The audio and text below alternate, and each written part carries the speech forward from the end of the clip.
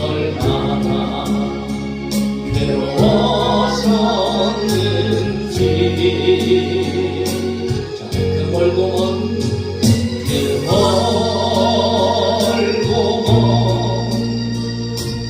근심의 계곡을 지나 이제 평안해지게만 해.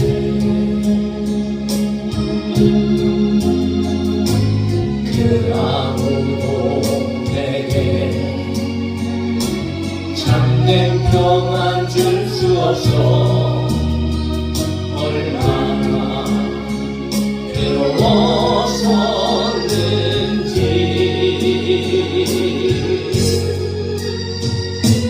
나의 욕심 때문에,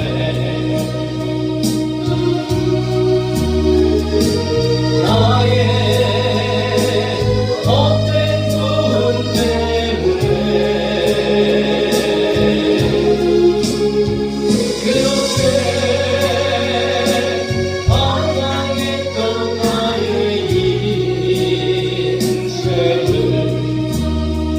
이제 주께 맡기려네.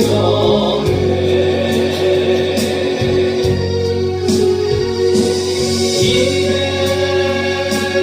아버지의 집으로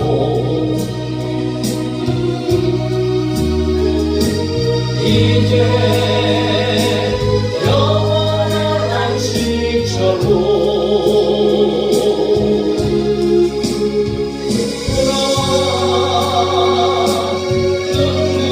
눈물이며 엎드리니 오 주여 나를 받으소서. 나의 욕심 때문에, 나의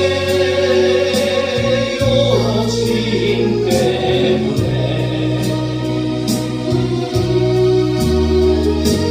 나의 헛된 돈 때문에 그렇게 방황했던 나의 인생을 이제 주께 맡기려네. 이제 아버지의, 이제 아버지의 품으로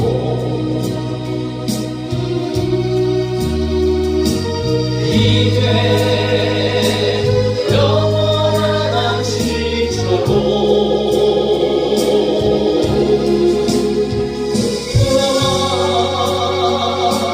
눈물을 흘리며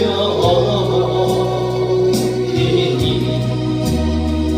오 주여 나를 받으소서.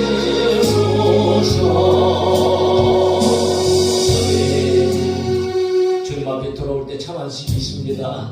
주님 앞에 기쁨이 있고 평안이 늘 있습니다. 오늘도 주님 우리를 보시고 계십니다. 우리가 한번 찬양합시다. 자, 우리 모습을 보시는 주님을 믿음으로 주 나의 모습 보내 상한 나의 맘 보시네. 주 나의 눈물 안에 홀로 흘러가시네. 주 사랑 내게 있네. 그 사랑이 날 채우네. 주 은혜 내게 있네. 그 은혜로 날 세우네. 주 나의 모습 보네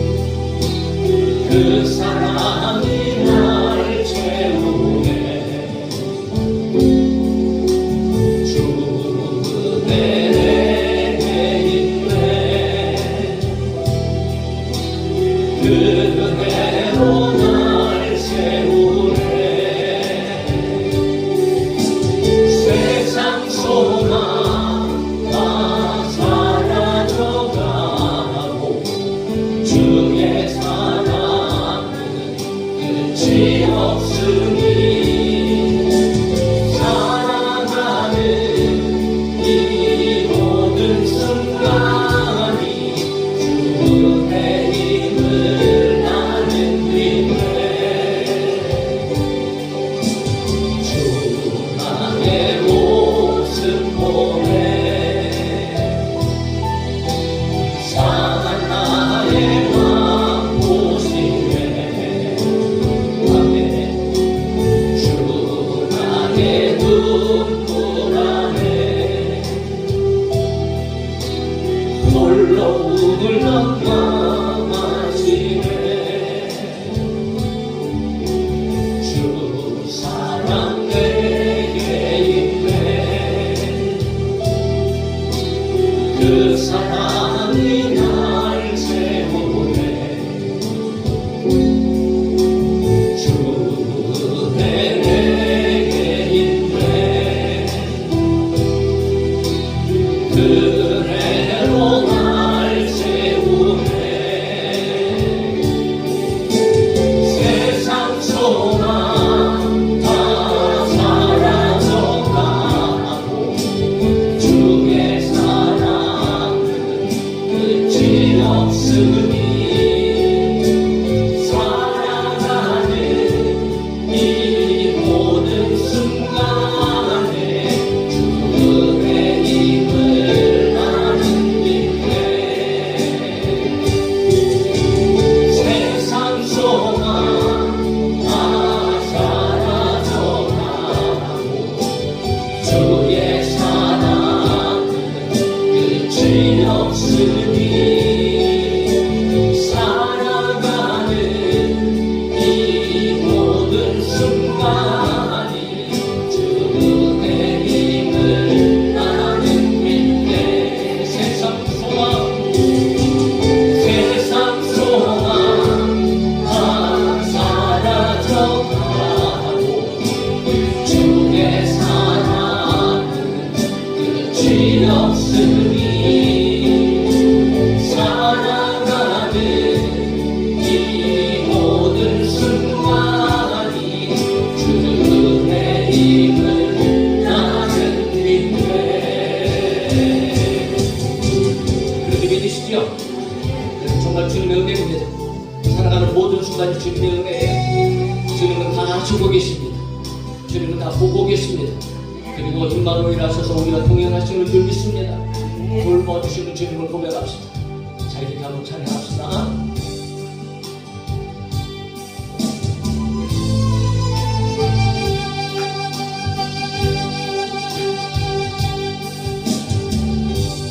모든 것 아시는 주님, 내 삶에 펼쳐진 계절도 임마누엘 함께 늘 동행하시니 내 모든 순간 돌보아 주시네. 모든 것 창조하신 주님, 파도를 잠잠케 하신 주, 실수가 없으신 신실한 하나님, 내 모든 순간 풍성케 하시네.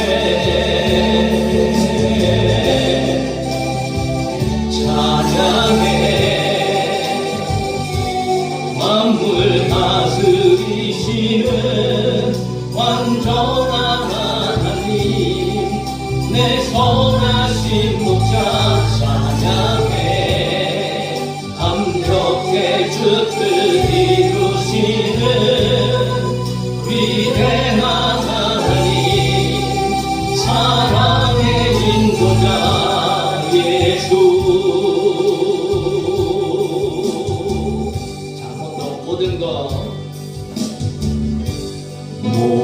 것 아시는 주님,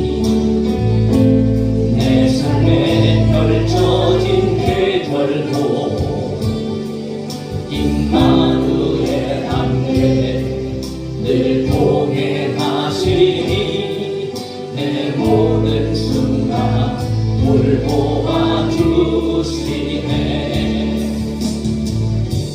모든 것 창조하신 주님, 나무를 잠잠케 하신 주, 실수가 없으신 신실한 하나님, 내 모든 순간 풍성케 하시네. 찬양해 오르드 만물 다스리시는 완전한 하나님, 내 선하신 목자 찬양해. 완벽해 주들이 부시는 위대한 하나님, 사랑의 인도자 예수. 참부터 믿음으로 처음부터 모든 것 하시는 모든 것 하시는 주님, 내 삶에 펼쳐진 계절고 임마누엘 함께 늘 동행하시니 내 모든 순간 돌보아 주시네.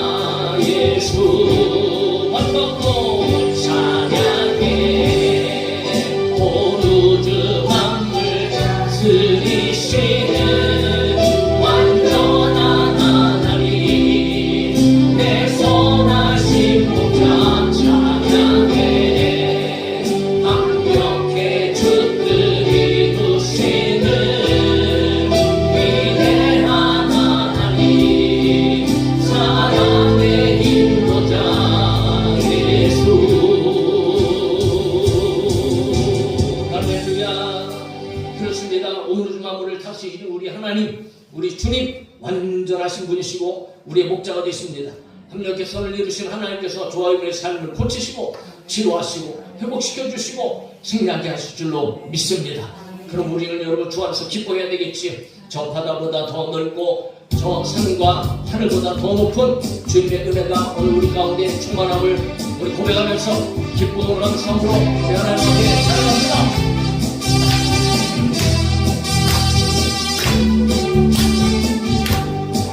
자, 믿음으로 저 바다보다 더 넓고 저 산과 하늘보다 더 높은 주님의 은혜가 이곳에 가득해. 살아계신 주의 하나님 언제나 넘치는 주의 사랑으로 내 안에 가득히 넘쳐 흐르네.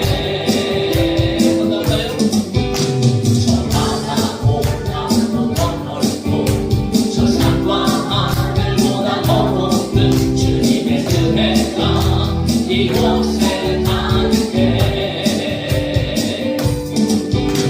살아계신 주 나의 하나님 언제나 넘치는 주의 사랑으로 내 안에 가득히 넘쳐 흐르네.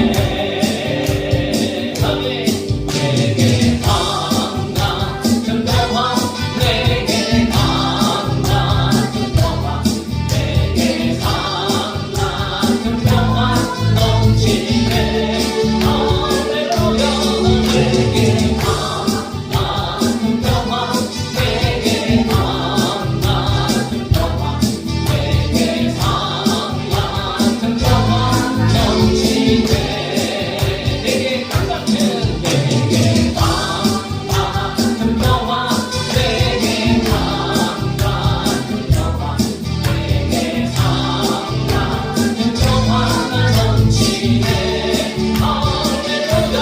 내게 강한 평화 내게 강한 평화 내게 강한 평화가 넘치네.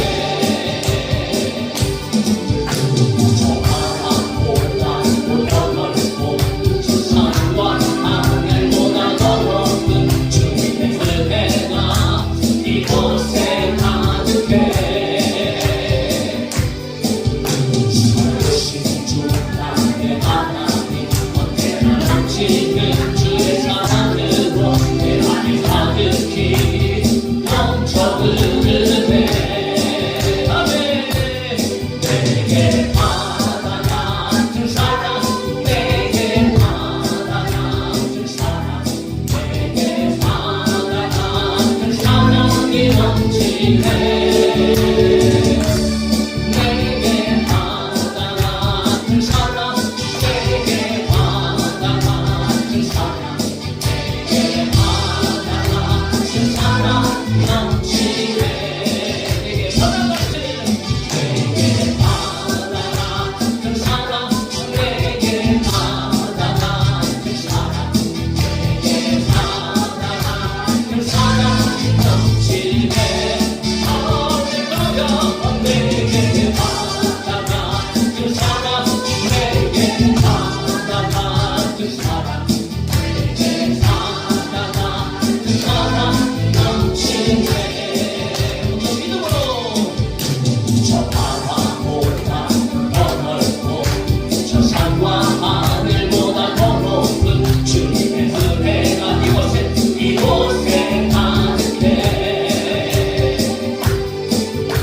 살아계신 주 나의 하나님 언제나 넘치는 주의 사랑으로 내 안에 가득히 넘쳐 흐르네.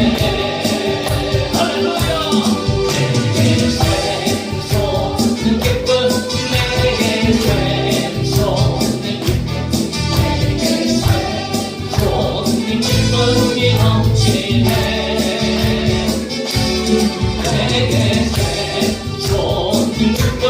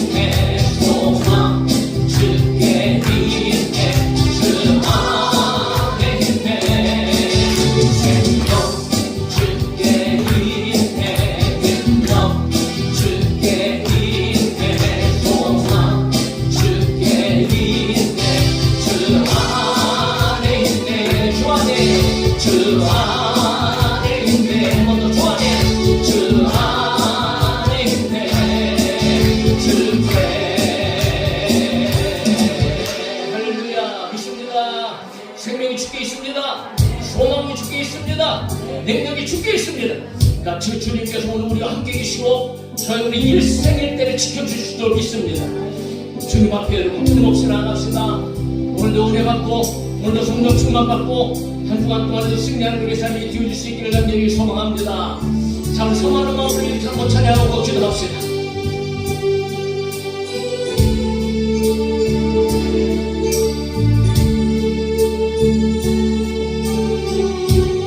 원컨대 주께서 내게 원컨대 주께서 내게 복의 복을 더하사 나의 지경을 넓히시고 주의 손으로 나를 도우사 나로 환난 벗어나 근심 없게 하소서. 원컨대 주께서 내게 복의 복을 더하사 나의 지경을 넓히시고 주의 손으로 나를 도우사 나로 환난 벗어나 근심 없게 하소서. 성령의 충만을 가득히 부어주소서. 오늘의 삶 속에 능력의 주님 손길로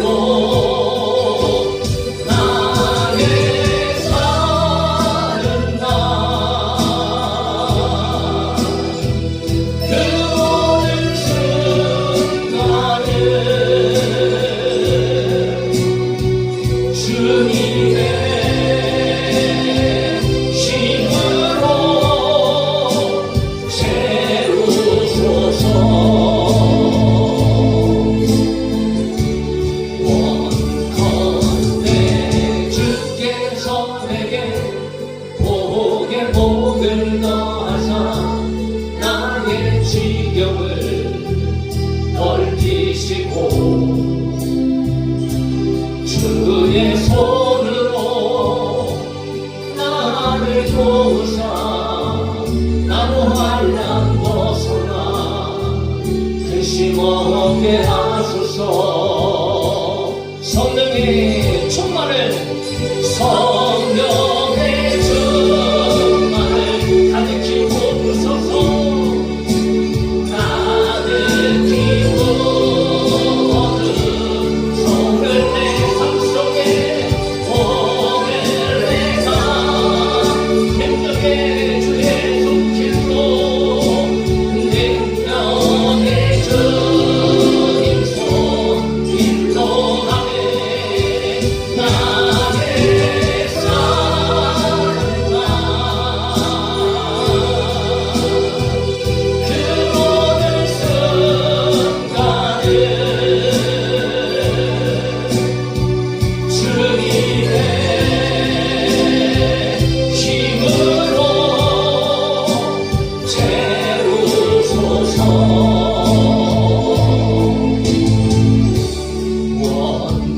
원컨대 주께서 내게 복의 복을 더하사 나의 지경을 넓히시고 주의 손으로 나를 도우사 나로 환난 벗어나 근심 없게 하소서. 잠시 한번 기도합시다. 오늘 우리 가운데 크고 작은 나눠 드리지요. 여러분 하나님께서 해결해 주실 겁니다. 하나님께서 저희들의 지경을 넓혀 주실 겁니다. 하나님께서 우리 문제를 해결하실 겁니다. 그럼 그리고 하나님께서는 우리에게 주시는 것은 제약이 아니고 미래와 평화를 주는 거라고 말씀하십니다. 하나님 오늘 하나님께서 주시는 놀라운 은혜가 내가 하나님과의 관계 속에서 하나님을 잘 섬기고 하나님의 뜻대로 살아가는 삶 가운데에 우리의 삶 속에 임하게 하여 주시고 주님의 손길로 우리를 붙잡아 주시옵소서. 하나님의 말씀에 거할 때마다 하나님의 놀라운 역사가 우리의 가지각색의 문제 가운데에 임하게 하여 주시고 합력하여 선을 이루며 하나님의 영광을 나타날 수 있도록, 그래서 우리는 더 하나님을 사랑하고 하나님의 뜻대로 힘있게 이 세상을 살아갈 수 있도록 주님 도와주옵소서. 우리 잠시 한번 우리의 삶을 위하여서 하나님 앞에 같이 한번 기도합시다. 살아계신 아버지 하나님 감사합니다. 오늘 이 오일 가운데에 찬송하게 하나님을 높여드리고 하나님의 영광을 찬송하게 하십니다. 내 영혼을 찬양하라. 내 속에 있는 모든 것들아 영혼을 찬양하라. 오늘 예수 그리스도의 이름을 찬양합니다. 성령 하나님을 찬양합니다. 성삼위의 찬양 영광 받아 주시옵소서. 오늘 우리가 살아가는 이 세상은 나의 힘으로 나의 능력으로 나의 뜻대로 나의 계획으로 살아가는 것이 아닙니다. 오직 하나님은 인권을 하셔서 오늘 예수 그리스도께서 이 땅에 오시고 주의 성령으로 말미암아 오늘 우리의 삶을 이끌어가시는 주가 있습니다. 그러나 아버지 하나님 이 우리의 삶 가운데에 뒤로 피곤하 부족하고 내려가지라도 끊임없이 하나님을 인자하게 하시고 야베스가 하나님 앞에 겸손하게 기도했다는 것처럼 하나님 근심 걱정 벗어나 한가지 없게 하여 주시옵소서. 우리 모두 삶 가운데에 동일한 은혜를 받으려고 소원합니다. 무엇보다도 확실한 영생의 믿음을 가지고 주님 쫓아가며 주님 따라가며 주님 닮아가며 말씀 안에 관계에 하나님 우리의 삶 가운데에 순간순간 날마다 기적과 능력을 역사하여 주실 줄로 믿습니다. 언제나 우리가 동일하게 역사하시고 살아계신 하나님 하나님 헛된 것을 쫓아가지 않으며 주님도 하여주시고 무엇보다 먼저 하나님을 사랑하며 하나님을 쫓아가며 하나님의 영광을 내려 살아갈 수 있도록 오늘 영혼의 충만 말씀 충만 성령 충만하고 함께 하시고 인도하여 주시옵소서. 할렐루야. 주님 함께 하여 주옵소서.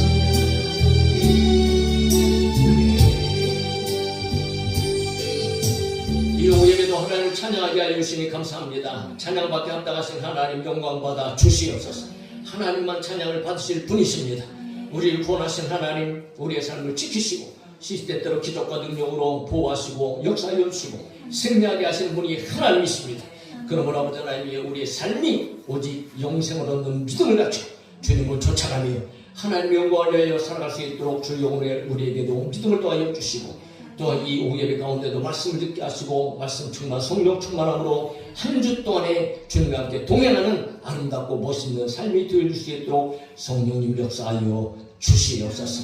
우리의 모든 것들이 새로워져야 할 줄로 믿습니다. 날마다 새로워지게 하여 주시고 편안해지게 하여 주시고 끊임없이 주님을 닮아가며 말씀 안에 거하는 삶이 되게 하여 주옵소서. 거룩하신 예수님의 이름으로 기도하옵나이다. 아멘. 에베소서 4장 25절.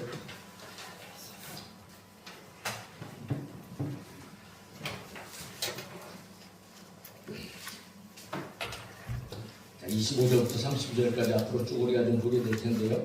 오늘 25절만 한 절 같이 읽읍시다. 25절입니다. 에베소 4장 25절 같이 읽어요. 시작. 그런즉 거짓을 버리고 각각 그 이웃과 더불어 참된 것을 말하라. 이는 우리가 서로 지체가 됩니다. 아멘. 자, 세 사람으로서의 이웃 관계를 오늘부터 이제 쭉 우리가 살펴볼 텐데요. 자, 앞에서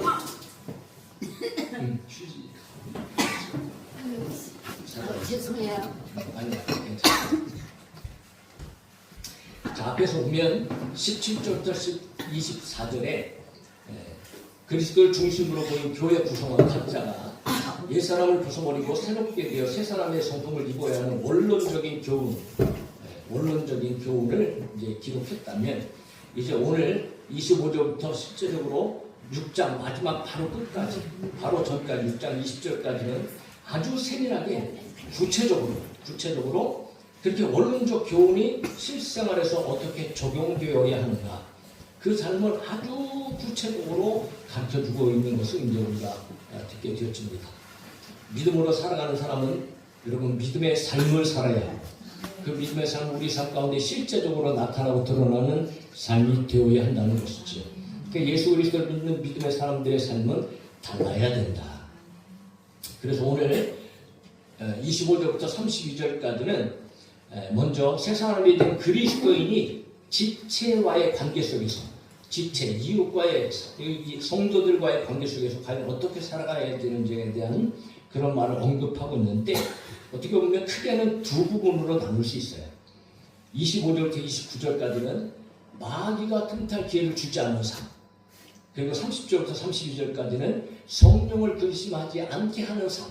이렇게 사실은 나눌 수 있는데, 그런데 뭐 구체적으로 뭐 그렇게 딱 나누어서 말하기보다는 한 절 한 절을 살펴보면서 여러분 정말 저와 여러분들이 실천적으로 어떤 삶을 살아가야 되는가 그것을 한번 쭉 살펴보려고 하는데, 그 가운데 먼저 우리는 25절 한 절의 말씀을 통하여서 오늘 우리에게 말씀하시는 그런 깨달음을 우리가 얻기를 간절히 축원합니다. 자, 25절입니다. 다시 한번 읽어봐요. 시작. 그런즉 거짓을 버리고 각각 그 이웃과 더불어 참된 것을 말하라. 이는 우리가 서로 지체가 됩니다. 아멘. 하나님의 말씀에 늘 언제나 스스로 아멘 하시기 바랍니다. 할렐루야. 아멘입니다. 아멘. 그런즉 거짓을 버리고 각각 그 이웃과 더불어 참된 것을 말하라. 이는 우리가 서로 지체가 됩니다. 아멘. 25절. 에베소 교회 성도들에게 지체인 그 이웃으로 더불어 참된 것을 말하라. 그러니까 참된 것을 말하기 전에 반드시 먼저 선행되어져야 될 것이 있다. 그것이 뭐냐 하면 거짓을 버려야 된다. 23절, 24절에도 앞에 바로 이야기했잖아요. 오직 너희의 심령이 새롭게 되어 하나님을 따라 의와 진리와 거룩함으로 지으심을 받은 너희, 새로운 창조물이 된 너희들에게 있어서 그렇기 때문에 제일 먼저 여러분 바울이 하는 얘기가 거짓을 버려라. 그리고 참된 말을 하라 이렇게 돼요. 자, 버리라는 것은 우리가 앞에서도 여러 번 보았지만 벗어버리다, 떠나버리는 거지요. 근데 거짓을 버리는 행위가 참된 것을 말하는 행위보다 먼저가 되어져야 된다. 왜냐하면 거짓을 버릴 때에 참된 것이 나올 수 있다는 거예요. 거짓을 완전히 버려버린 사람만이 진실된 말을 할 수 있다는 거예요. 거짓을 버리지 않으면 여러분 진실되게 살 수가 없다는 거죠. 진실한 말을 할 수 없다는 겁니다. 믿어주지도 않아요. 우리가 양치기 소년의 말을 잘 알잖아요. 늑대라 그 소리치니까 처음에는 여러분 사람들이 다 몰려드는데 뻥이네. 두 번째도 늑대라 그러니까 사람들이 또 몰려들었잖아요. 또 뻥이네. 세 번째는 늑대라 그러니까 이제는 뻥이겠지? 안 오니까 여러분 양들이 다 잡아먹겠다는 건 아닙니까?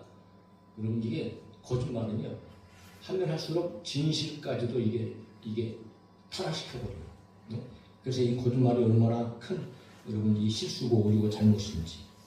그러면 성경에서 말하는 거짓은 도대체 무엇을 말하는 것일까? 여러 가지로 이제 의미가 나타나는데 그냥 뭐 우리가 잘 알죠. 푸시우도스라고 하는 언어예요. 푸시우도스. 자, 이거는 뭐 그냥 우리가 알듯이 거짓말하는 겁니다. 거짓말 한다는 것은 결국 뭡니까? 속이는 건 아니겠어요. 속이는 거. 그래서 여기서 이제 사기, 속임수, 뭐 거짓, 뭐 이런 이야기들이 나오는데 신약 성경에서 보면 이 거짓이라는 것이 얼마나 악한 것인지 진리와 하나님과 마귀를 딱 놓고 비교할 때에 극명하게 그 대표적인 비교점을 차이점을 무엇으로 얘기하느냐면 거짓으로 얘기합니다. 거짓으로. 그래서 여러분 마귀에 대해서 예수님께서 말씀하실 때 마귀에 대해서 어떻게 표현하고 있어요? 보세요. 예수님 말씀이세요. 요한복음 8장 44절. 너희는 너희 아비 마귀에게서 났어. 너희 아비의 욕심대로 너희도 행하고자 하느니라. 그는 처음부터 살인한 자여 진리가 그 속에 없으므로 진리에 서지 못하고 거짓을 말할 때마다 제 것을 말하나니 그가 거짓말쟁이요 거짓의 아비가 되었습니다. 사실 유대인들이 여러분 눈이 가려진 것은 이 거짓에 속은 거지요. 마귀의 자식으로서 예수님 그런 말씀하시는 거예요. 너희 아비는 마귀니라. 그러니까 너희가 지금 거짓에 속고 있어 라고 하는 예수님의 말씀이거든요. 그러니까 거짓말하는 것과 사망은 진리와 생명과는 완전히 반대의 개념인 것을 우리가 알게 되어진다는 거죠. 그러니까 단순히 거짓말한다는 것은 그냥 입술로 말미암아 거짓말하는 것이 아니고 어떤 행동으로도 의지적으로 그리고 어떤 증오라든가 헛된 노력을 통해서 또 나타나기도 하는데 이 신학자인 불트만이라는 사람이 있습니다. 이 불트만이 거짓에 대해서 어떻게 표현하고 어떻게 설명을 하느냐 하면 들어보세요. 푸시도스 거짓이 이렇게 말하는 거예요. 사람을 죽이는 까닭은 거짓이 사람을 죽인다는 거죠. 그런 까닭은 이 무가치함 때문이다. 왜냐하면 그것을 참이라고 믿는 사람에게서 그의 본래적 성격을 앗아가기 때문이다. 그러니까 거짓을 얘기하면 듣는 사람을 하여금 그것이 거짓이 아니고 참이라고 생각이 된단 말이에요. 그러니까 거짓을 발견하지 못하니까 참이라고 생각하기 때문에 원래의 의미, 원래의 뜻을 벗어버림으로 말미암아 거짓을 믿는 그를 죽인 일이 되어진다는 거죠. 그러니까 거짓은 사람을 죽이는데 이 거짓으로 말미암아 그것을 참이라고 믿기 때문에 그가 죽게 되어진다는 거예요. 대표적으로 여러분 우리는 우리 주위에서 너무 많이 보는 거예요. 이단들이 그렇잖아요. 거짓이잖아요. 거짓. 우리는 알잖아요. 할렐루야. 그래서 거짓이기 때문에 우리 넘어가지 않는 거잖아요. 그런데 여러분 거기에 빠진 사람들은 그게 오로지 진짜예요. 그게 도대체 이게 꽉 막혔습니다. 꽉 막혔어요. 들으려고는 하지 않고 들어도 여러분 오직 그냥 그 거짓에 그냥 완전히 사로잡혀갖고 그냥 그것이 자기들은 진짜니까 그렇게 해서 죽어가는 건 아니겠습니까?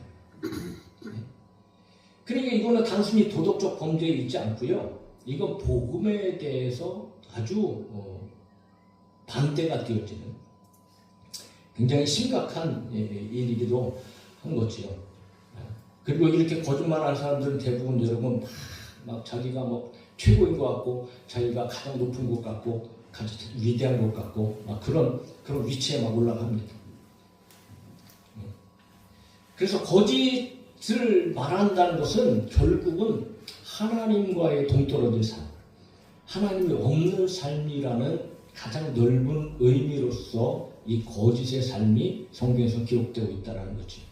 그러니까 요한계시록에서도 이 거짓말에 대한 기록들이 아주 여러 번 나타납니다. 계시록 마지막 때 예수님께서 오실 때에 거짓말에 대해서 여러분 이 거짓에 대해서 여러 번 기록하고 있는데 어떻게 기록되고 있냐 하면 심각하죠. 계시록 21장 8절에 보면 그러나 두려워하는 자들과 믿지 아니하는 자들과 흉악한 자들과 살인자들과 음행하는 자들과 점술가들과 우상 숭배자들과 여러분 이 무시무시한 죄와 함께 같이 등장하는 사람이 누구예요? 거짓말하는 모든 자들이 이렇게 되는 말이에요. 그러니까 이 거짓말한다는 것이요 이게 정말 무서운 일인 거예요. 자, 이런 자들은 불과 유황으로 타는 못에 던져지리니 이것이 둘째 사망이야. 계시록 21장 27절에도 무엇이든지 속된 것이나 가증한 일 또는 거짓말하는 자는 결코 그리로 들어가지 못하되 오직 어린 양의 생명책이 기록된 자들만 들어가리라. 그리고 22장 15절에도 개들과 점술가들은 음행하는 자들과 살인자들과 우상 숭배자들과 및 거짓말을 좋아하며 지어내는 자가 됐다. 그들은 성 밖에 있으리라. 하나님 나라에 못 들어간다는 거죠.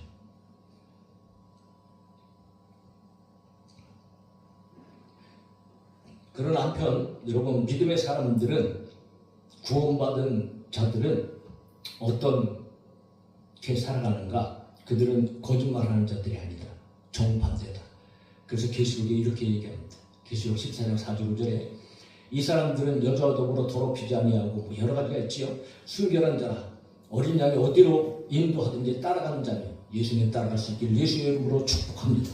오전에 우리가 봤듯이 사람 가운데서 성령함을 받아 처음 익은 열매로 하나님과 어린 양에게 속한 자들 구원받은 사람들이란 말이에요. 그런데 그 입에 뭐가 없어요? 거짓말이 없다 이렇게. 거짓말이 없고 흠이 없는 자들이라. 그래서 요한복음이나 요한일서에서 보면은 요한계시록에서도 거짓말은 근본적으로 하나님과 대적하는 것 그런 함축적인 의미가 이제 있다라는 거죠. 그래서 이 빌라델비아에 보면은 거짓말하는 자들이 있었어요. 그 거짓말하는 자들이 바로 유대인들이었습니다. 그 유대인들을 성경에서는 뭐라고 표현하냐면 사탄의 회당이라고 합니다. 사탄의 회당. 계시록 3장 9절에 보라 사탄의 회당 곧 자칭 유대인이라 하나 그렇지 아니하고 거짓말하는 자들 중에서 이렇게 됐던 거예요.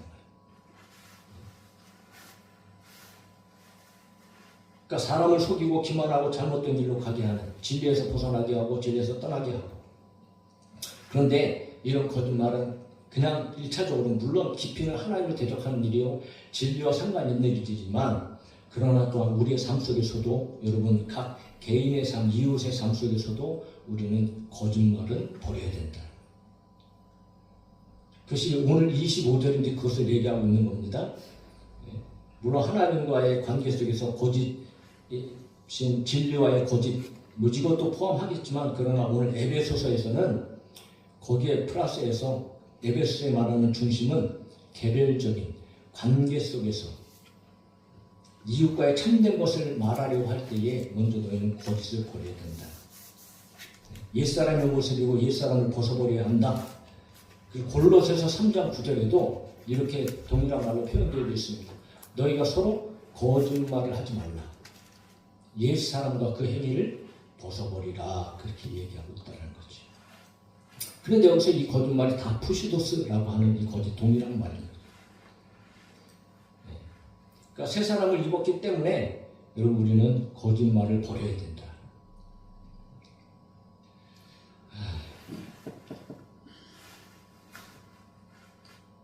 그러므로 오늘 저희들은 이 거짓말에 대해서 조금 우리가 생각을 해봐야 된다는 거죠. 거짓말. 자, 거짓말 하지 말라. 단순하게 생각할 것이 아니고, 여러분 하나님의 계명 속에 10계명 가운데 거짓말이 들어갔잖아요. 몇 계명입니까? 또 생각해봐야 되죠. 처음부터 막몇 개 이렇게 뭐 하지 마라, 하지 마라, 하지 마라, 하지 마라, 하지 마라. 몇 번째? 7번째. 9번째. 내 이웃에게 거짓 증거하지 말라. 출애굽기 20장 16절. 내 이웃에 대하여 거짓 증거하지 말라. 거짓말하지 말라 이거거든요. 하나님께서 이웃과의 관계 속에서 거짓말하지 마라. 쉽게 얘기하면 그런 거예요. 자, 그런데 이 9계명을 통해서 오늘 우리가 이제 거짓말에 대해서 잠깐 좀 살펴보려고 하는 거예요. 자, 이 하나님의 말씀은 내 이웃에 대하여 거짓 증거하지 말라 하는 말씀은 물론 하나님과의 관계보다도 여러분 이웃과의 관계 속에서 거짓말하지 말라. 이것이 하나님께서 계명으로 주신 말씀입니다. 그만큼 심각한 거죠. 거짓말이라는 것이. 자, 그러면 먼저 이 말씀을 통해서 우리가 발견하게 되어지는 것은 몇 가지가 있는데, 첫 번째는 여러분 전제가 있어요. 전제. 관계가 누구냐? 이웃과의 관련된. 그리고 또 하나는 여러분 이거는 법정에서 일어나는 일이다. 법정에서 거짓 증언에 대한 말씀이라는 거지. 그러니까 이웃에게 해를 가하려는 목적으로 법정에서 거짓 증언을 하지 말라. 원래는 이런 이제 1차적으로는 그런 말씀인 거예요.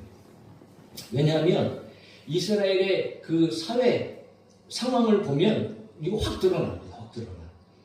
당시 이스라엘에서는 여러분 재판을 받아야 되잖아요. 근데 재판을 누가 하는가? 장로들이 하는 장로들이. 그러니까 장로들이 와서 할 때에 특별히 뭐 재판 정도 없어요. 그냥 보통 사람들이 많이 왕래하는 성문 앞에서 그냥 사람들 다 모아놓고 거기서 재판을 하는 거예요. 예? 그 사무엘도 여러분 각 도시를 돌아다니면서 성문에 앉아갖고 재판을 열잖아요. 그리고 왕정이 실시된 다음에도 왕들이 여러분 이 백성들을 찾아오는 백성들을 재판할 때도 대부분 여러분 성문 앞에서. 그래서 다윗을 찾아오는 그 재판하러 찾아오는 사람들을 여러분 그 누구야? 압살롬이. 하여튼 압살롬이야 그놈이. 그놈이 그냥 문 앞에서 다 기다렸다가 여러분 다 사로잡잖아요. 하여튼 이렇게. 그 때로는 왕이 재판을 이제 역할을 감당할 때도 있다는 거죠. 근데 이스라엘의 재판정에서 실시되는 재판이 있어요. 그 재판이 실시될 때 거기에는 오늘날 같이 검사도 없어요. 변호사도 없단 말이에요. 수사하는 수사관도 없어요, 사실은. 그리고 그 사람에 대해서 입장을 옹호해주는 변호할 사람도 없어요. 재판 이 과정이. 그러니까 이 사람이 죄인인가 아닌가 하는 것은 어디에 달렸냐 하면 증인에게 달렸단 말이에요. 증인. 네? 증인들의 말에 유무죄가 결정이 되는 거예요. 그러니까 여러분 생각해 보세요. 예수님이 심판받을 때도 그냥 예수님 심판이 증인들로 인해서 이루어졌잖아요. 네? 스테반도 역시 마찬가지. 스테반도 무슨 뭐 따로 무슨 뭐 조사하고 어쩌고 저쩌고 뭐 이런 게 없어요. 자, 그러므로 법정에서 하는 증언은 이건 굉장히 막 큰, 어떨 때는 이 증언으로 말미암아 사람이 사형 선고를 받기도 하고 살기도 하는 그런 일이 벌어지는 거예요. 생명까지도 좌우할 수 있는. 그래서 잠언 25장 18절에 솔로몬이 이런 기록을 합니다.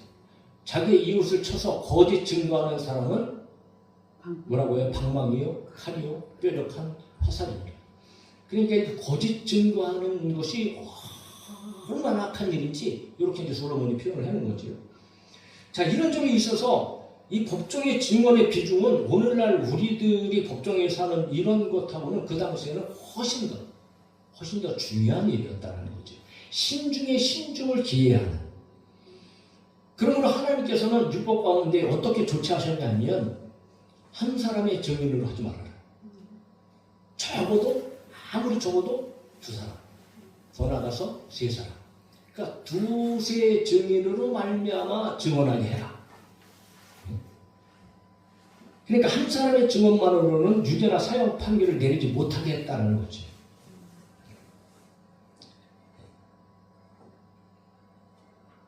뿐만 아니라 더 심각한 것은 그가 거기서 사형 판결을 받으면 그 증인 섰던 사람이 제일 먼저 돌을 들어서 그 사람을 쳐 죽이는 일이 앞장서야 된다. 그게 율법입니다. 왜 하나님께서 그렇게 하셨겠어요? 거짓증을 하지 말라고.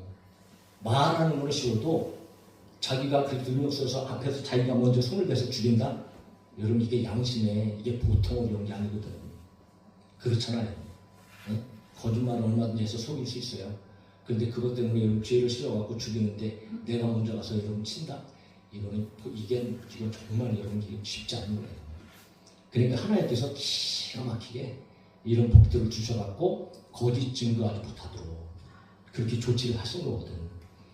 그래서 여러분 신명기 17장 17절에 이런 자를 죽이기 위하여는 증인이 먼저 그에게 손을 댄 후에 무백성이 손을 댈지니라. 그러니까 증인이 먼저 돌을 치고 나서 그러고 나서 백성이 여러분 그렇게 일을 하는 거예요. 너는 이와 같이 하여 너희 중에서 악을 제할지니라. 그래서 전체적으로 신명기서에서 보면 신명기 내용 가운데 여러분 한번 봅시다. 보세요.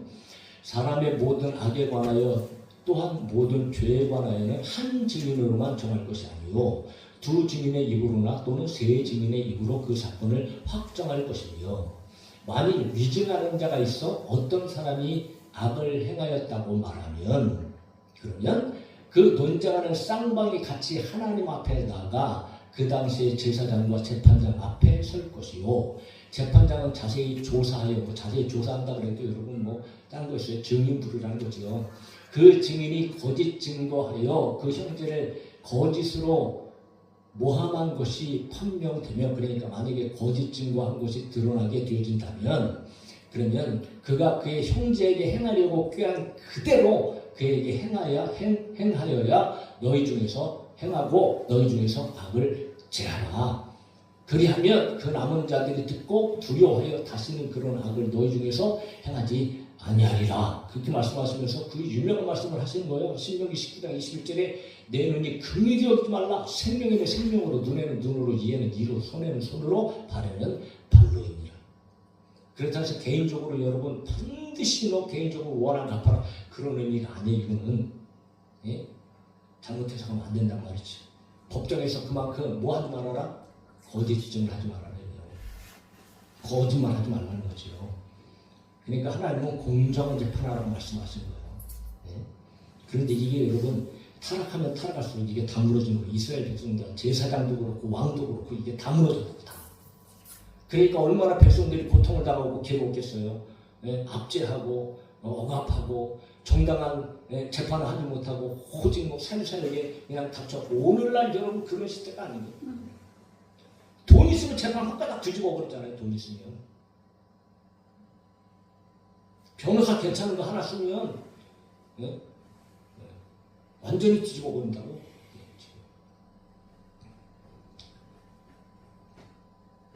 그런데 이스라엘 법정에서 실제적으로 여러분 이런 거짓 증언하는 일들, 그래서 사기나는 일들이 일어난 거예요. 예를 들어서 나봇의 포도원의 일입니다. 아합의 왕비 이세벨, 아합이 여러분 그 나봇의 포도원을 갖고 싶어갖고 좀 팔아라. 그러니까 안 팝니다 왕이. 그런 소리 하지 마세요. 그러니까 끙끙거리니까 이세벨이 왜 왕이 그렇습니까? 나봇이 안 판대. 당신이 왕 맞아요? 도대체? 왕이 뭘 그런 거 갖고 신경 씁니까? 내게 맡기세요. 그래갖고 사람들 보내갖고 사람들 초청해라. 나보고 초청해라. 그리고 거기에 두 사람 증인, 두 사람 증인 딱 세워갖고 하나님 저주했다고 증인해라. 증인 거짓말로. 그래서 여러분 그렇게 해갖고 유무 뭐 조사할 것도 없이 그 자리에서 여러분 나봇 때려 죽이는 거 아닙니까? 그리고 여러분 아합이 그 나봇의 포도원을 차지했잖아요. 공짜로. 이런 일들이 실제적으로 여러분 벌어진 거예요. 예수님의 경우도 마찬가지죠. 대제사장들이 사람들 매수한 건 아닙니까? 주님 매수해갖고 이렇게 했다. 그렇게 해갖고 여러분 친밀한 사적 계획 안에서 거짓으로 증언함으로 말미암아 그것이 여러분 그렇게 흘러가서 예수님 사형에 처한 것 아니에요. 그러니까 무고한 사람에게 이런 해악을 끼치는 것이 얼마나 이게 악한 일인가 말이지. 그 거짓말을 하지 말아야 돼. 그런데 오늘 우리의 삶 속에서 실제적으로 우리가 어떻게 거짓말을 안 합니까? 거짓말 안 할 자신 있으세요? 나는 없어요. 그런데 하지 말아야 거짓말은 반드시 있다. 그런데 할 수밖에 없는 거짓말이 있단 말이죠. 그것을 우리가 몇 가지 좀 먼저 살펴보려고 하는 거예요. 오늘 말씀은 제가 이제 대학원 다닐 때 기독교 윤리학이라고 아주 우리나라에서 대스승이 되신 이상원 목사 교수, 지금 이제 학교에서 은퇴하셨지만 그분이 기독교 윤리학을 가르칠 때 10계명을 한 권으로 이렇게 가르친 것이 있어요. 그 가운데 9계명의 내용을 조금 제가 발췌하고 이렇게 나누는 거예요. 자, 한번 들어보세요. 첫 번째 어떤 거짓말이 있냐면 이거는 9계명에 직접적으로 이거는 위배되는 거짓말이다. 뭐냐면 이웃에게 상해를 끼치는 거짓말이다. 이웃에게 상해를 끼치는 거짓말. 9계명에 명확히 어긋나는 거짓말이죠. 여기는 여러분 중상입니다. 중상. 노골적으로 없는 말을 만들어서 상대방에 대한 험담을 하는 것. 이게 너무 많잖아요. 오늘도. 그런데 아주 교묘하게도 그런데 대부분의 어떤 이런 중상하는 일들이 어떻게 일어나냐면 어떤 사람이 한 말의 내용을 살짝 바꿔서 여러분 말하기도 한다면 이것이 얼마나 큰 중상이냐면 이거는 뭐 그렇게 하는 것은요 그들의 의도는 분명합니다. 상대방에게 해를 가하기 위하여서 뚜렷한 의도를 가진 거죠. 네? 그 성경에 보면 예수님에 대해서 심판이 벌어질 때도 사람들이 예수님을 고발하잖아요. 뭐라고 고발합니까? 마태복음 26장 61절에 보면 예수님께서 이렇게 말씀하셨다고 얘기합니다. 이르되 이 사람의 말이 내가 하나님의 성전을 헐고 사흘 동안에 지을 수 있다 그렇게 얘기했다라고 고발합니다. 그런데 여러분 예수님께서 뭐라고 말씀하셨냐면 요한복음 2장 19절에 예수님께서 그렇게 말씀을 하시긴 하셨는데 그렇게 말씀하신 게 아니에요. 예수께서 대답하여 이르시되 너희가 이 성전을 헐라 내가 사흘 동안에 일으키리라 이렇게 말씀하셨단 말이에요. 근데 성전을 헌다는 것은 이건 뭐 유대인들에게 있어서 어마어마한 죄악이거든. 이거는 성전을 헐어 이거 하나님을 이거 모독하는 거거든. 근데 예수님께서는 너희가 헐라. 그럼 사실은 예수님의 육신에 대해서 이제 말씀하신 것인데, 그런데 그들은 여러분 그것을 살짝 바꾸잖아요. 이 사람이 내 말이 내가 성전을 헐고 내가 다시 짓겠다 이렇게 이제 여러분 고발이 됐단 말이죠. 그런데 예수님의 말을 교묘하게 바꿔갖고 그냥 예수님을 처형하기 위한 그 말한 의도가 무엇인지 전혀 생각하지도 않고 의도를 알아보려고 하지도 않고 그냥 자기들은 자기 생각대로 자기 계획대로 저 사람 죽여야 돼. 그러니까 그가 한 말까지도 교묘하게 싹 바꿔갖고 아주 불리하게 만드는 이런 일들 말이야. 이런 거짓말이 있다는 거예요. 오늘날 법정에서 계속 되어진 일이지만 끊임없이 이것 때문에 지금 싸우는 것 아닙니까? 사실. 내가 봐도 여러분 거짓인데 참 정말 이 세상이 얼마나 캄캄하고 암담하고 답답한지 판사든지 검사든지 여러분 그들이 하는 말이나 그들이 여러분 내리는 결정을 보면 이건 정말 말도 안 되는 일들이 수두룩하게 이건 뭐 상식에도 맞지 않고 도덕적으로 맞지 않고요. 누가 봐도. 그런데 예수는 그것에 찬성하고 그것에 빠져있는 사람들은 도대체 어떤 사람들인가 나는 정말 이해가 안 가요. 인간적으로 생각해. 저와 여러분들은 이런 거짓말을 절대적으로 버려야 된다. 그러나 또 한편으로는 어떤 거짓말이 있냐면 유머스러운 유머의 거짓말이 있어요. 유머의 거짓말. 이거는 뭐 말하는 사람이나 듣는 사람이 거짓말인 거 다 알아. 그럼에도 불구하고 서로 기쁘고 즐겁게 웃어 넘어갈 수 있는 그런 거짓말들이 있을 수 있다는 거지. 그러니까 사실 의도는 좋아. 그러니까 의도는 좋아서 이게 뭐 서로가 즐겁게 이렇게 웃어 넘어갈 수 있는 유머의 거짓말은 사실 이 구계명에 해당하지 않아요. 이건 죄악에 해당하지 않는다는 말이지. 어쩌면 이것은 정말 사람을 기분 좋게 하고 유난리를 쳐주는 어떤 이런 거짓말이 되어줄 수도 있다. 그런데 중요한 것은 한계가 있다는 거죠. 한계. 유머의 거짓말을 한다 할지라도 상대방의 상태나 심령의 어떤 이런 일들이나 그 사람들의 어떤 이런 상황들을 잘 보고 해야지 이게 뭐 즐겁겠다고 생각하고 한 한마디의 유머가 한마디의 농담이 때로는 여러분 듣는 사람에게는 이게 굉장히 불쾌하고 힘들고 어려울 수 있거든. 그렇게 된다면 그렇게 되는 결과가 나타난다면 구계명에서 얘기하는 그 범죄가 포함될 수 있다는 거예요. 그러니까 농담하거나 유머할 때에 저희들은 정말 굉장히 큰 절제가 필요하고 품위를 잃지 말아야 되고 어찌하는지 그런 결과를 초래하는 그런 유머나 그런 거짓말은 하지 말아야 된다는 말이지. 그래서 굉장히 조심스러운 거죠. 자, 길게 가지 말고 넘어갑시다. 또 하나의 거짓말은 어떤 거짓말이냐면 예의로 하는 거짓말들이죠. 예의.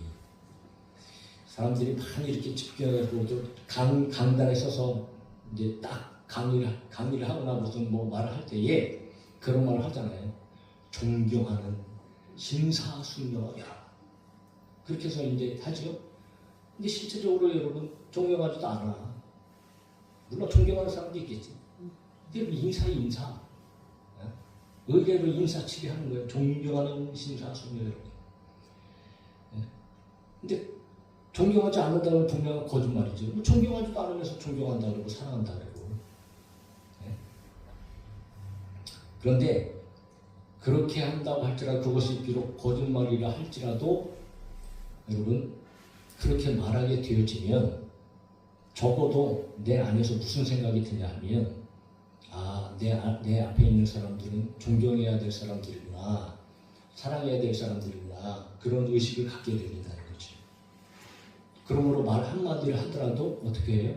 조심스럽게. 그러니까 남을 높게 여기면 그 사람 앞에 내가 행동 거지하는 것이 스스로 절제하게 되어지고 조심스러워진단 말이지. 그러니까 그런 선의에 의한 거짓말은 여러분 하나님께서 그 말씀하시는 그런 악한 거짓말을 아니란 말이지. 어떤 사람이 식사에 초대를 받았어요. 식사가 다 끝났어요. 그리고 초대한 사람이 식사 다 끝나면 뭐 다 물어보죠. 잘 드셨어요? 맛있게 드셨어요? 배부르게 드셨어요? 그런데 여러분 그렇게 하는 질문에 뭐 맛대가리도 없고 뭐 그냥 간에 기를 담가는 떼풀 짜게나 하고 뭐 이렇게 얘기하는 사람들 어떻겠습니까? 이럴 때가 뭐 할 때예요? 거짓말 할 때 사실은 거짓말 해야 되잖아요. 거짓말. 배가 안 불러요. 그래도 뭐라고 얘기해야 돼? 아유 배가 터질 것 같습니다. 얼마나 이렇게 맛있는지 그냥 입에 착착 붙습니다. 하면서 여러분 해야 되잖아요. 거짓말이에요? 안 거짓말이에요? 거짓말이지 배도 안 부르는데 무슨 배부르다 그래. 거짓말이 분명히 거짓말이거든. 맛대가리가 없는데 무슨 맛있다 그래. 거짓말이거든 거짓말.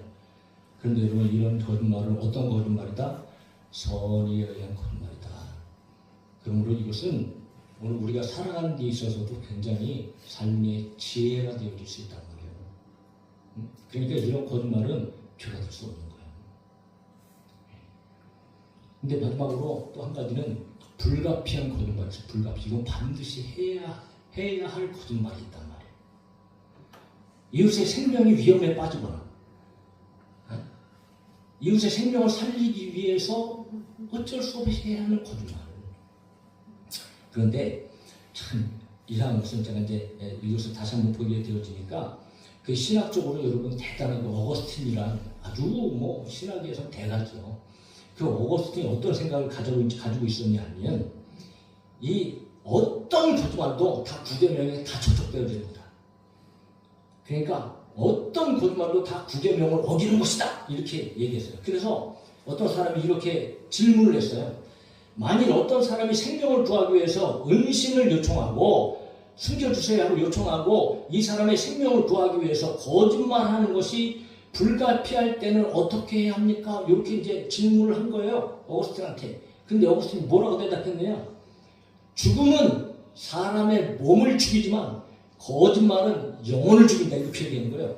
맞는 말이죠. 그죠? 죽음은 사람의 몸을 죽이지만 거짓말하는 것은 하나님의 계명에 의해서 완전히 영혼이 죽는 거거든 이거는. 그러니까 더 심각한 거다 이렇게 이제 이야기를 했단 말이에요. 예? 그러니까 이런 이유를 통하여서 거짓말은 아예 어떤 거짓말도 해서는 안 된다. 예?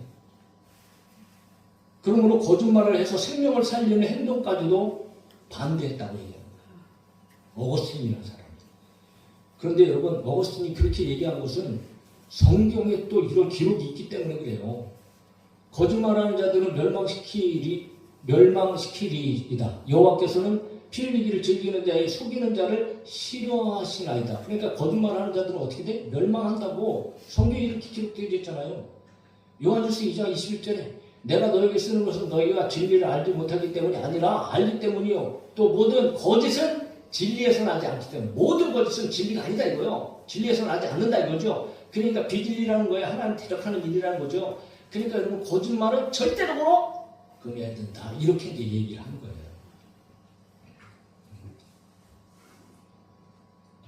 그렇다면 오늘날 우리도 다른 사람들이 기꺼이 도와야 하지만 거짓말을 하여 자기 영혼을 희생시키시면까지 도울 수 있는가? 내 영혼이 죽는데 거짓말하면 그렇잖아요.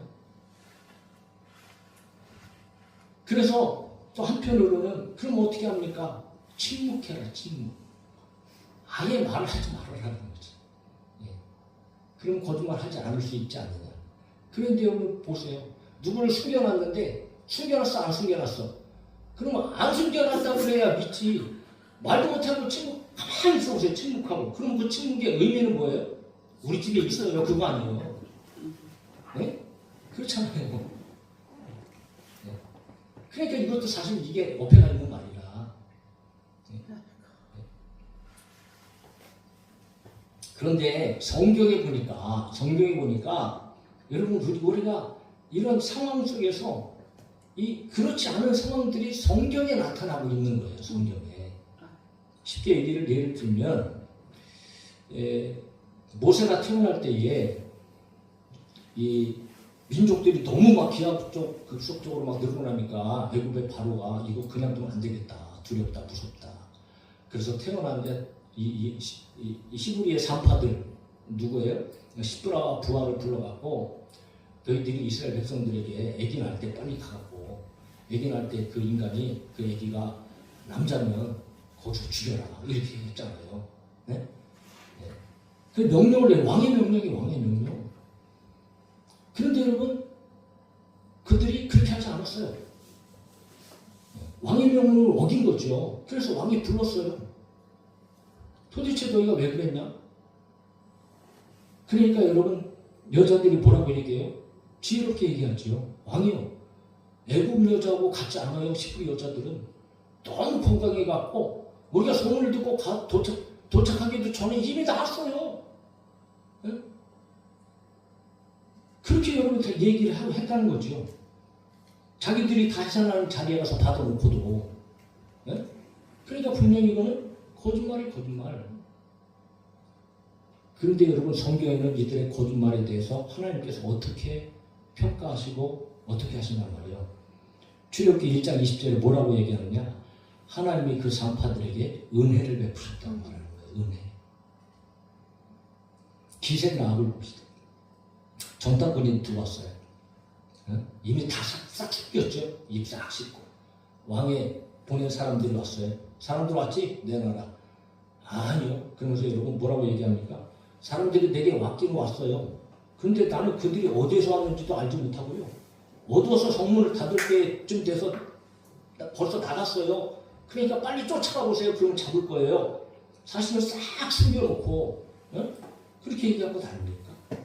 이건 뭐 분명한 거짓말이죠.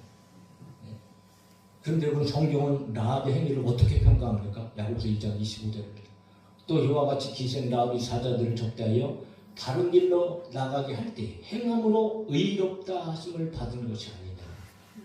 오히려 아주 굉장한 믿음을 가진 여인의 일로 성경은 기록되었죠. 사실 이 믿음 때문에 여러분 기생 라합이 어떤 여자가 돼요? 예수님의 족보에 오르는 어마어마한 축복의 여자가 되는 것 아닙니까? 자, 이런 사건들이 성경에서 참 많이 발견되어진다는 거지요. 그러면 어거스틴이 말한 어떤 이런 기준과 판단과는 굉장히 반대되는 것 아닙니까? 믿음을 가지고 행동했다는 사실 때문에 거짓말했던 자체가 여러분 이게 칭찬받은 게 아니고 그들이 사람을 살리는 하나님의 역사를 진행하는 그런 방향을 가지고 믿음을 가지고 그들이 말하고 믿음으로 행동했다는 거예요. 그것을 하나님께서는 높이 샀다는 거죠. 자, 그래서 우리는 거짓말에 대해서 우리가 가져야 할 입장을 몇 가지로 정리하면서 마무리를 하려고 합니다. 우리는 일상생활에서 항상 진실한 마음과 말을 해야 합니다. 할렐루야. 시대와 장소를 막론하고 저희들은 1차적으로 반드시 악의적이거나 하는 사람을 어떤 악의를 가지고 뒤집어 씌우는 그런 거짓말, 거짓 증언을 우리는 결코 해서는 안 된다.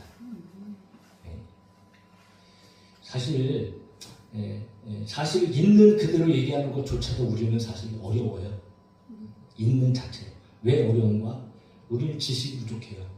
무엇을 안다고 할 때 정확하게 다 몰라요.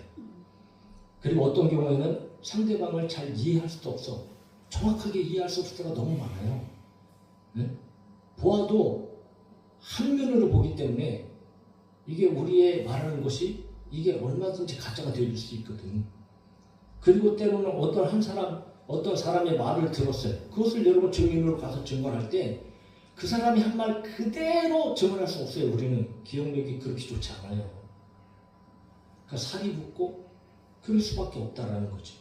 기억력이 부족해요. 그리고 그 사람의 의도라든가 어떤 이런 것들을 우리는 다 파악하지 못하고 사람들은 다 자기 시각이 있고 자기 주관이 있고 자기 관점에 따라서 이게 말하는 게 다 달라요. 그러니까 우리는 사실 어떤 것에 대해서 정확하게 여러분 올바로 말하거나 사실 있는 그대로 정확히 말하는 것 자체가 사실 힘든 거예요. 자, 그래서 그럼에도 불구하고 우리는 분명히 구계명을 어기는 이런 악의적인 사람을 해하기 위한 그런 거짓말은 절대로 해서는 안 된다. 그러나 구계명 외에 있어서도 예외 없는 규칙은 없는 것처럼 이웃의 안위와 생명을 위해서 불가피하게 거짓말을 하지 않을 수 없는 상황도 우리 가운데 있다. 그럼에도 불구하고 그것이 비록 묵인될 수 있는 거짓말이라 할지라도 그것을 일반화시키거나 보편화시켜서 그것을 사용해서 또 여러분 우리는 거짓말을 밥 먹듯이 하는 그런 일들은 없어야 된다.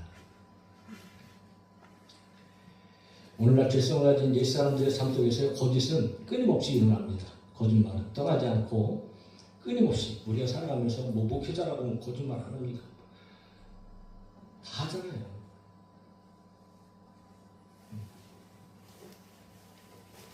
성도가 몇 명 되지도 않는데 많다 보면 다 그 거짓말 하는 거고. 또 어떨 때는 그냥 악한 거짓말도 솔직히 합니다. 하는 거 많이 들어봤고.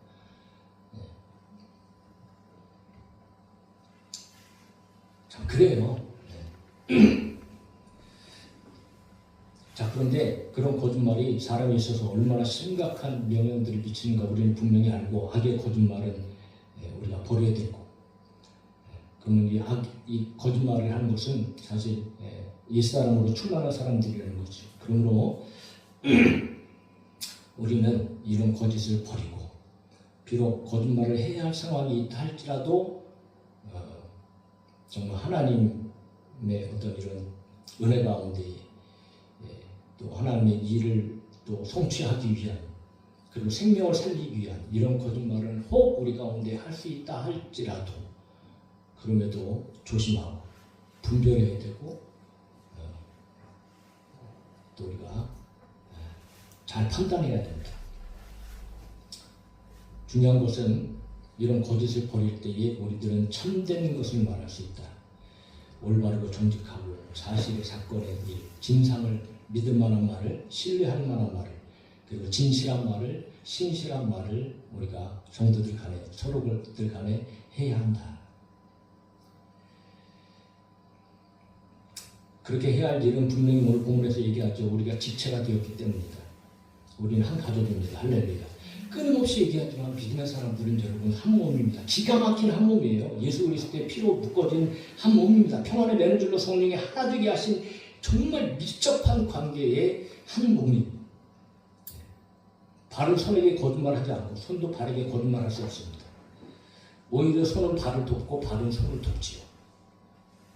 서로 부족한 것을 챙겨주고. 그러니까 그런 의미에서 우리 지체인 성도들이 여러분 어떻게 거짓말할 수 있겠습니까? 서로 세워가기도 바쁜데, 예? 사랑하기도 바쁜 세상의 삶인데 그냥 그 시간, 그냥 아까운 시간에도 비교하고 싸우고 다투고 거짓말하고 사람을 죽이고 그렇게 살아가는 것이 여러분 무슨 하나님과의 관계 속에서 과연 믿음의 사람의 삶이 되어줄 수 있습니까? 사랑하는 성도 여러분, 어찌하든지 주의 은들이 늘 우리의 언행 속에서 우리는 살아가지만 사람을 속이는 이 거짓말이 우리의 입 속에서 떠나기를 간절히 소망하고, 할렐루야, 할렐루야. 그리고 하여튼 참된 말, 하나님의 복음 안에서 진리의 말, 선한 말, 이런 말들이 우리 입 가운데 늘 있게 되어줄 수 있기를 예수님의 이름으로 축복합니다. 그래야 교회는 든든히 서가는 것입니다. 찬양합시다.